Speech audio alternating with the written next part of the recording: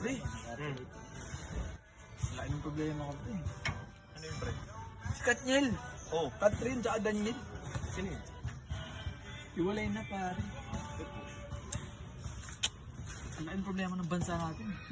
Tapos nag-iwalay pa yung dalawa. Dumagdag pa. Yun na nga. Matanong ko lang pre, no? Yung utang mo, Yun na nga pre. baka pwede bayaran mo naman. Nag-iwalay na si Katniel. Dumagdag pa nga.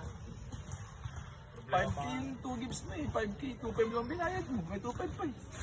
Pre, buti na nga lang dumagdag pa yung problema ng Katniel. So, natabunan yung problema natin sa utang. Yun nga. Nakalusot ako. Susunod na lang pre ha. Pre, malis ka pre. Ayaw ko namayat yung pagmumukha mo pre.